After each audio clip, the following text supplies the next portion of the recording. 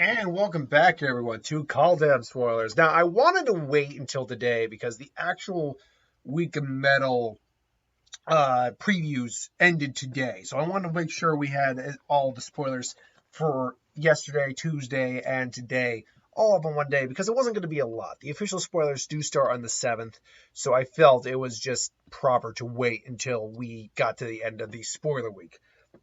And now we're here, we can talk about it. And let me tell you, I'm loving what I'm seeing so far. So I mean, let's just talk about what we're going over, what we got right now. First off, they showed off the rare module lands, their extended art and the regular art, and they look fine. There's not much to say else to say on it except they look fine. We do have also the two commander cards as well. Now, I'm not really going to go over these very much in terms of the commander and the think words here, the themed booster packs, the set boosters, but we can at least go over them briefly. Ragnar the Everwatch is the actual blue-white spirit from the Spirit Commander set. 1 blue, 1 white, 2 of any color for a 2/3 Spirit Warrior legendary creature. Flying Vigilance. Now, this is the card I assumed had a snowland on there, but that turns out it wasn't the case. For those who can tell, there will not be snow in this set. Does disappoint me a little bit, but it is what it is. Its ability, though, is actually Flying Vigilance, and the first card you foretell each turn costs 0 to foretell. Whenever you exile one or more cards, sorry, I looked like I said door as I was reading it down here, from your hand and or permanents from the battlefield, create a 1/1 spirit creature token with flying. So obviously foretell is a mechanic that's going to be in the set. We also know, thanks to Maro's spoilers or teaser, that there's a ruin theme here. Ruins are a thing in the set. So I'm wondering what that's going to do. Obviously, sounds like something where it's similar to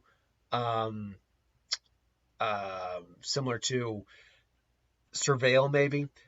So without knowing what foretell really does, I can't say for certain how good this card is, but it makes the effect of the first foretelling you do cost 0, so it's for free. So honestly, it's a good card. Honestly, I don't judge commander cards all that heavily. Cards that we do know are in the set are sagas. Now, I'll admit, I was a little surprised to hear that sagas were in the set. It makes sense. This is a plane that would definitely make sense to have sagas in it. But at the same time, we just had Theros, so I wasn't expecting sagas, but I'm glad they're here. Sagas are cool. And we get multicolor sagas. I'm wondering if they're all multicolor or if only some of them are multicolored. Like, will we get like enemy multicolored, or will we get allied multicolored? Will we get like a full 10 cycle set multicolored? Who knows? But this one, Showdown of the Scalds. 2 of any color, 1 red, 1 white. For a saga, enters the battlefield. Exile the top 4 cards of your library. Until the end of turn, you may play those cards. Okay, you can basically, as long as you're up on mana, got ways to play them for free, whatever. It's solid. Whenever you, and then the 2 and third one is whenever you cast a spell this turn, not creature spell, put a +1 counter on target creature you control. That is actually pretty solid. It's not blowing the doors off, kind of. Oh, my nose itching. Hold it. Okay, let's try that again. It's not blowing the doors off kind of thing, but it's a solid card. Pyro of the Heroes makes sense. They go to Valhalla, or in this case, I believe it's not Valhalla. What is the name of it? It'll be in the flavor text of one of the ones we look at later on.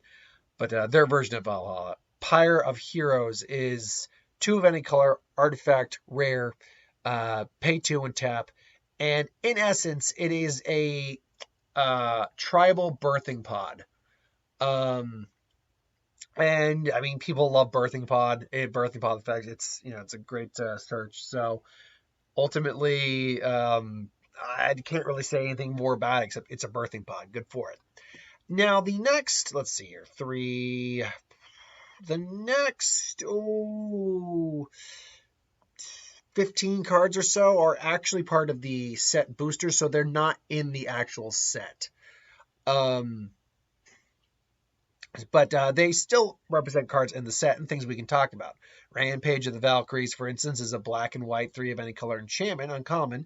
When this card enters the battlefield, create a 4/4 white angel creature token with flying and vigilance. Whenever an angel you control dies, each other player sacrifices a creature.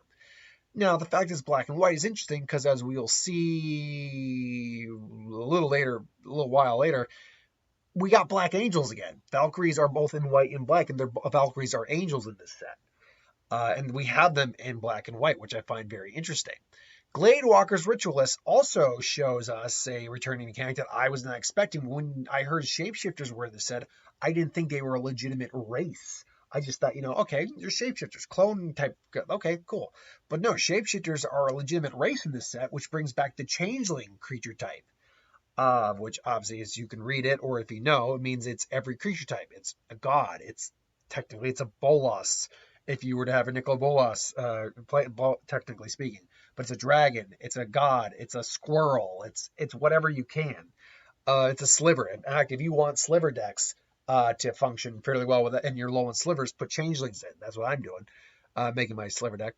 But Gladewalker Ritualist is a 3/3 for 3, and whenever another creature named another one of these enters the battlefield, you can draw a card.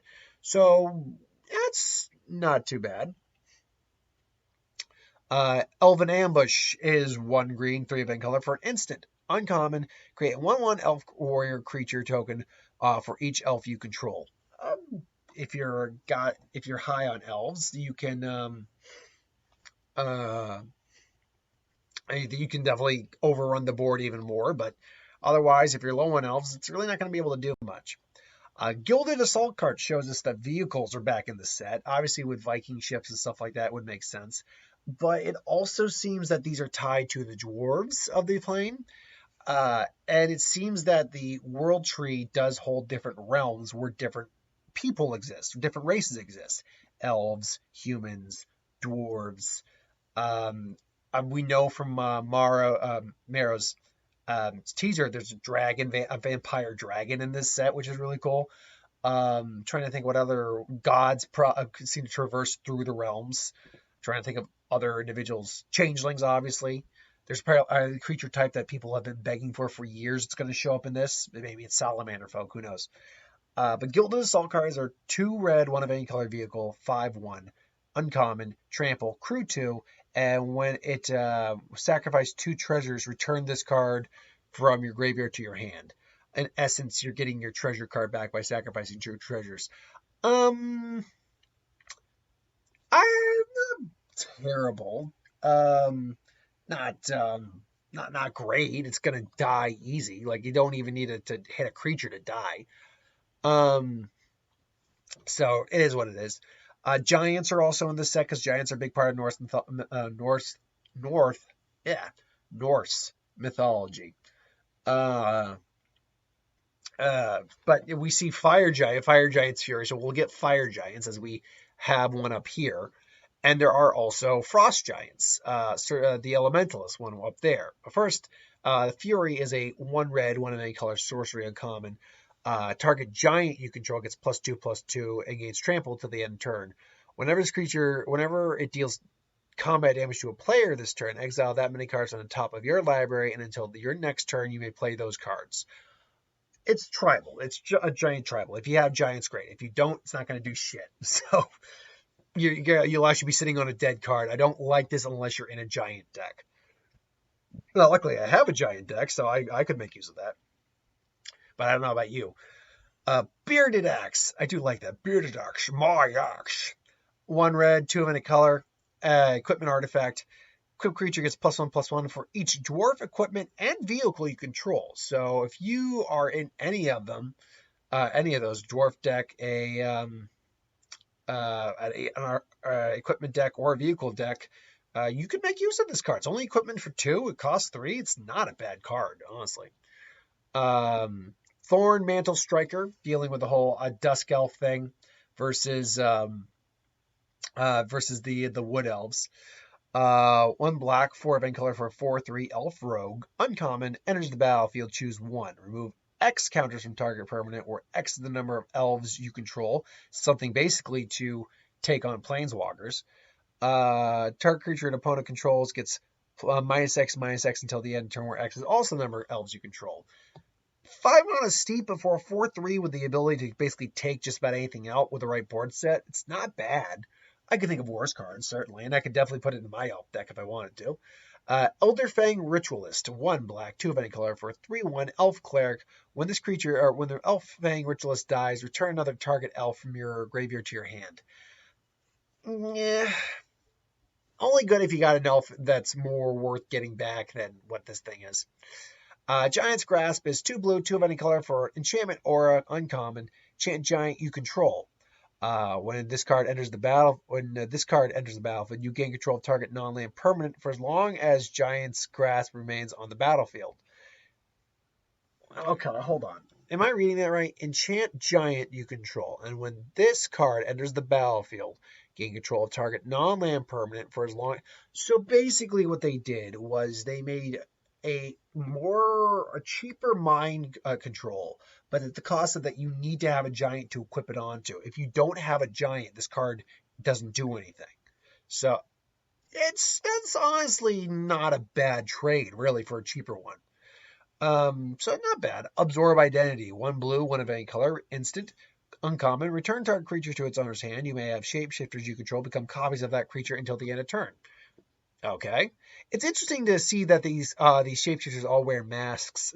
It's curious about what the kind of creatures they ultimately are. Youthful Valkyrie is 1 white, 1 of any color for a 1/3 angel flying. Whenever another angel enters the battlefield under your control, put a +1/+1 counter on this card. If you got 4 of these along with some lower costing angels, it could definitely play out a little bit better. It's fine. Nothing wrong with it. War Chanters Scald, 1 white, 2 of any color for a dwarf cleric. Uncommon. When it becomes tapped, if it's enchanted or equipped, create a 2/1 red dwarf berserker creature token. Again, you need it equipped or enchanted, but with that in mind, you could definitely get some things going on here. Certainly. It also signifies that what some of that art we saw a while back was actually a dwarf, not like an ogre. Star and Helm Aspirant is 1 white, 2 of any color for a 2/2 human cleric. Angel spells you cast cost 2 less to cast. I do not fear death. I will. This is the one. It's Starheim. Starheim is their Valhalla, which is interesting. Oh wait, where's the? Oh no, is it down here that we had the name of the? It's Axgard. Armed and armored, 1 white, 1 of any color for an instant uncommon. Vehicles you control become artifact creatures until the end of turn. Choose a dwarf you control. Attach a number of equipments you control to it. The dwarves of Axgard. No, and my axe god. Axgard. I can think of worse puns. Asgard. Asperg. Is that what it is? Yeah. Canopy Tactician is 1 green, 3 of any color for a elf warrior. Other elves you control get +1/+1. It's a 3/3 already, so it's 3/3 for 4. It can tap for 3 green mana. Definitely manageable. I think I could see people using it. Sureland Flinger, 2 red, 3 of any color for a 4/6 giant berserker. When this card attacks, you may sacrifice another creature. When you do, this card deals damage equal to the sacrificed creature's power to any target. If it was a giant that was sacrificed, you double that. You deal twice the damage. Assuming that you're running a giant deck, and assuming you're pretty much ahead, and you're using that ability, because that's the only reason you'd want to use that ability, that'd kind of get gross pretty quick. Because I mean, the only other giant we've seen so far is this 8/8. So if you sacrifice your 8/8 giant, you will be dealing 16 damage to someone's face. That's some pretty wicked stuff right there, if you do it right, obviously. Cleaving Reaper is 2 black, 3 of any color for a 5/3 Angel Berserker, rare. So Black Angels are back. Flying and Trample, pay 3 life. Return this card from your graveyard to your hand. Activate this ability only if you had an Angel or Berserker enter the battlefield under your control this turn. Interesting. It's too specific for me. I mean, I suppose in theory you can make a black and white angel deck, but with berserkers, but I think that's kind of losing the point. Although Valkyrie's Harbinger with this isn't a bad idea because then you're gaining 4 life, getting an angel, and honestly, you can actually there's a site. Honestly, you could just cycle both of these. Get the effect of this activated where you gain 4 life, get an angel on the battlefield if this died, pay the 4 life, and then get this back in your hand. You could pretty much kind of almost loop it infinitely. To a certain degree, as long as nothing died. Sureland Elementalist is 2 blue, 5 any color. For an 8/8 giant wizard with an additional casting cost of revealing a giant card from your hand or paying an extra 2. Whenever this card attacks, you may cast an instant or a sorcery spell from your hand without paying its mana cost. It's a beefy card, to say the least. I mean, if you're this far ahead, it's kind of unlikely that you will be needing to cast, and getting 1 or 2 free spells out this thing's probably going to give you the game at that point. But I mean, if your opponent's struggling pretty hard, or you're struggling pretty hard to get your opponent, it's possible, certainly. Valkyrie Harbinger is 2 white, 4 of any color for a angel cleric with flying lifelink 4/5. At the beginning of each end step, if you gained 4 more life, you put a 4/4 white angel creature token on the battlefield with flying and vigilance. So, yeah, it's not hard to get this off. Get 1 attack off, you should be good. You should be good, quite frankly. But yeah, those are all the cards that aren't actually in the set. They're in the themed set boosters. Real quick, Realm Walker here, the Shapeshifter, is actually the Buy a Box promo. 1 green, 2 of any color for a 2/3 Shapeshifter rare changeling every creature type. And when you enters the battlefield, though, you choose your creature type. Look at the top card of your library, and if it's a creature spell of the chosen type, you may play that card. So obviously you want to be in a certain creature type with this card, but because it's every creature type, it can be in any creature type deck. So it's a pretty good card. A lot of people like to play off your top of your library element. Magda Brazen Outlaw, which also shows off the alternate art, the metal art, if you will, which is pretty awesome. Actually, that's some pretty nice art. It does make me tempted to make sure to save up the pennies a little bit and get not just the box, but maybe some collector booster. Maybe not the whole big collector booster box. That ran me a lot last time, but definitely get some collector boosters out there. But this card is a 2/1 dwarf legendary creature berserker, rare. Other dwarves you control get +1/+0. When a dwarf you control becomes tapped, create a treasure token and sacrifice 5 treasures. Search your library for an artifact or dragon card and put that card onto the battlefield. Shuffle your library afterwards. So, I mean, hey, look, it's a solid card if you can get it to work. It does a lot, too. Dwarf deck, you're doing something. Dwarves work with treasure, so a dwarf artifact deck doing something. A dwarf dragon deck, if you want to make that a thing, we can make that a thing. We have the technology. That can be a thing. So, excuse me. There's a lot going on here. Kaya I always hate this word, inexorable. So our first Planeswalker spell, I gotta say, I actually prefer her standard card art more than the expanded card art, only because I like her hair in the Mohawk style. 1 black, 1 white, 3 of any color for a 5 loyalty Planeswalker, Kaya, Mythic rare. You may put a ghost form counter on up to 1 target non-token creature. It gains when this creature is put into exile or dies. Return it to your hand and create a 1/1 white spirit creature token with flying. Now it's -3. Obviously, you can activate that effect by exiling target non-land permanent for -3. So basically, it's feeding off each other. You can pay the 1, get the 6, then -3, and do that, and do it again. Obviously, if you're in the right deck, your goal is to get to the ultimate, which in this case is you get an emblem. At the -7, you get an emblem. At the beginning of your upkeep, you may cast a legendary spell from your hand, from the graveyard, or from among each among cards you own in exile without paying its mana cost. So I think there's definitely possibilities here. Obviously, like that last ability in a Planeswalker deck, which I have, and I'm actually currently in the process of making another one because I've just got a lot of excess Planeswalkers. I think there's definitely merit to this card. There's definitely things you can do, especially if you're like using the gods, which we'll talk about one in a little bit. There's definitely things that are, you can work on, but it's definitely a card that does need a little bit of a build around me.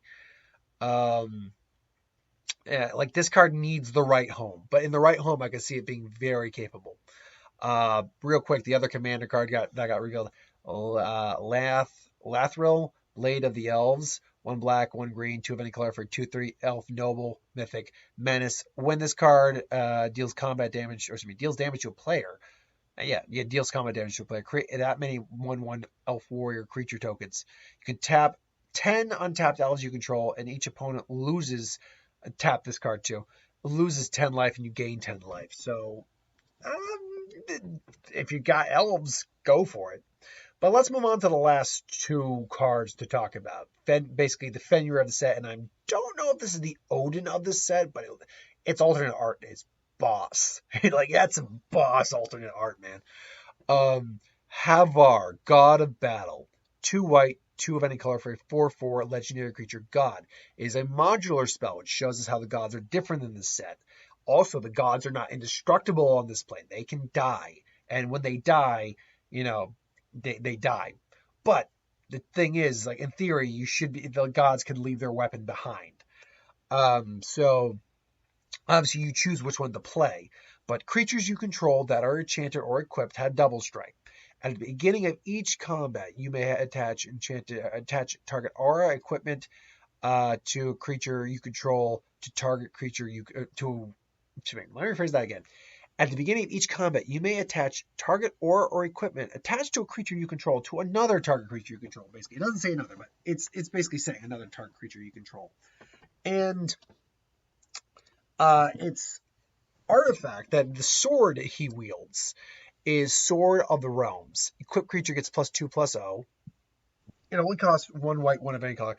Creature gets +2/+0 and has vigilance whenever this creature dies or is returned to its owner's hand.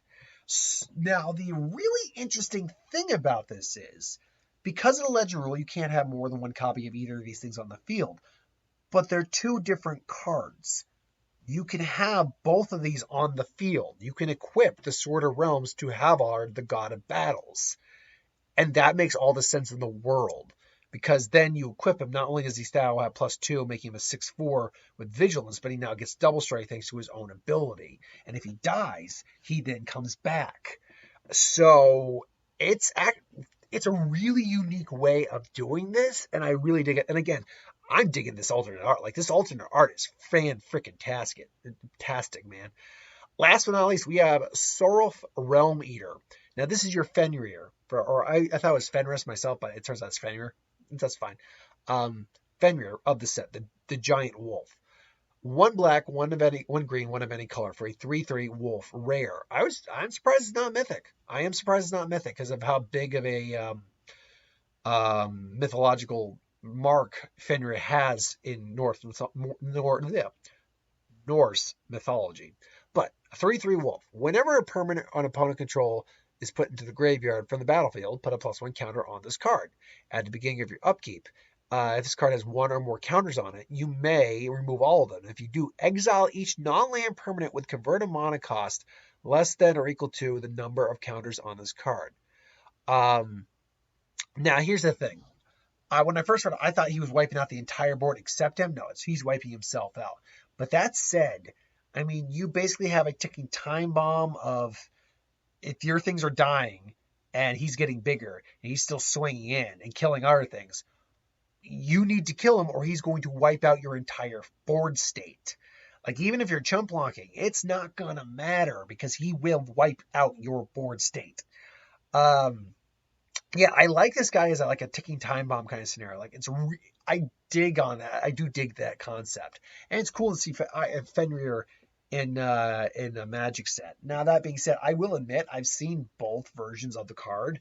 I kind of like the other version a little bit, but not to say this doesn't look cool. It looks great. I'm just saying, compared to the original, I like this one like the original a little bit better. If I'm going to be honest, I like Halvar's God, the creature card alternate art better than the original, but I actually prefer the original art to the Sword of Realms a bit more than the other one. Doesn't detract, though, that these are still some awesome alternate artworks. I'm pretty much down for getting another box of it. It's like I spent all my money on Magic cards. I am so sad, and I don't care. Look, man, it's Norse mythology. No, man, can't talk today. Norse mythology. God, if you're just talking and you just suddenly try to say that, it's not that easy. Norse mythology. Because I keep trying to go for the myth part of the mythology as in saying Norse. So I'm trying to say North mythology. No, Norse mythology. Yeah, no, I'm digging this. Now we'll have to wait pretty much until the 7th when we start to get the official previews. But until then, this is a good tide me over. We've seen some cool stuff out of this. We still don't know what Foretell does. We haven't seen like the mechanics yet, besides the modular gods, which is still really cool. But you know what? This is a good little tide me over for the holidays. We'll have to wait for the rest of them. Till then, though, thanks for watching. Hope you enjoyed. You like any of these? You think they suck? What do you think? Put in the comments below and let me know. But thanks for watching, and I'll see you folks next time. Later. Hit that bell if you want notifications, by the way.